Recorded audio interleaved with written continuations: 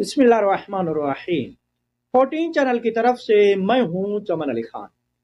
بر صغیر یعنی پاک و ہند، جسے قدیم زمانے میں ہندوستان کہا جاتا تھا، اس ایریا میں پہلی شیعہ حکومت کب اور کہاں قائم ہوئی، اس حوالے سے ایک انتہائی قیمتی اور نایاب عبارت آپ کی سماعتوں کی نظر کرنا چاہتا ہوں۔ لیکن اس سے پہلے آپ تمام حضرات سے اپیل ہے 14 چینل کو سبسکرائب کر کے، لائک کر کے اور شیئر کر کے ممنون فرمائیں۔ ایک کتاب ہے جس کا نام ہے ہندوستان میں شیعت کی تاریخ اور وصیت نامہ حضرت غفران مآب۔ اس کتاب میں جہاں آیت اللہ سید دلدار علی لکھنوی کا وصیت نامہ موجود ہے، وہیں اس کے ساتھ ساتھ بر صغیر میں شیعت کی تاریخ کے حوالے سے نایاب قسم کے آرٹیکلز یعنی کالم بھی موجود ہیں۔ اسی کتاب میں ایک کالم ہے ہندوستان میں شیعوں کی مجمل تاریخ اور بنائے شیعہ کانفرنس۔ اس کالم کے لکھنے والے شیخ ممتاز حسین جون پوری ہیں۔ جناب شیخ ممتاز حسین جون پوری بر صغیر کے ایک انتہائی مایہ ناز محقق، بہترین قسم کے دانشور ہیں۔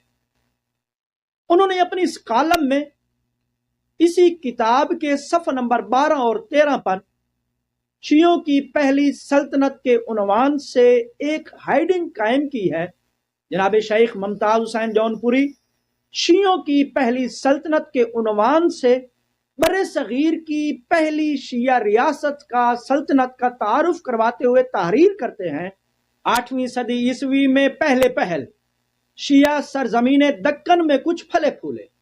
تاریخ ہند میں سلاطین بہمنی کا عہد شیعوں کی نمود اور ترقی کا پہلا باب ہے۔ اس شیعہ حکمران خاندان کے عہد سے شیعہ شعراء اور دیگر اہل کمال کا مجمع دکن اور ہندوستان کے مختلف حصوں میں نظر آنے لگا۔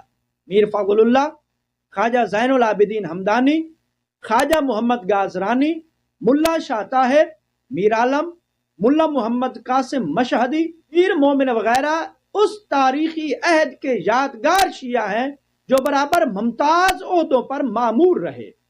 انہی کے امثال ہزارہ شیعہ احمد نگر، بیجاپور، گولکنڈا، شولاپور، گلبرگہ، حیدرآباد اور کرناٹک کے کھنڈروں میں مدفون ہیں۔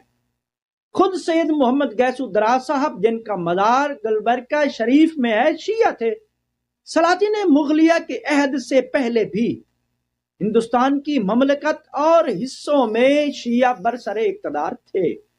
بابر، بانی سلطنت مغلیہ کے معتمد دوست بیرم خان کا یہ اثر و اقتدار تھا کہ مرتے وقت بابر نے اپنے بیٹے ہمایوں کا ہاتھ بیرم خان کے ہاتھ میں یہ کہہ کر دیا تھا، سپردم بتوں مایہ خویشرا۔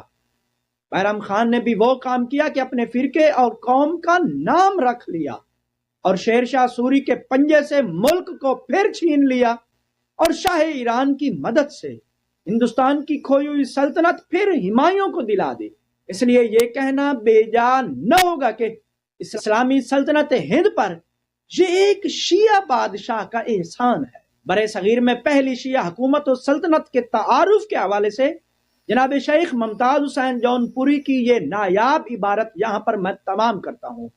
امید کرتا ہوں جناب جون پوری کی اس نایاب عبارت سے آپ بخوبی اس بات کی جانب متوجہ ہو چکے ہوں گے کہ بر صغیر میں قائم ہونے والی پہلی شیعہ سلطنت دکن میں قائم ہوئی تھی۔ السلام علیکم ورحمۃ اللہ وبرکاتہ۔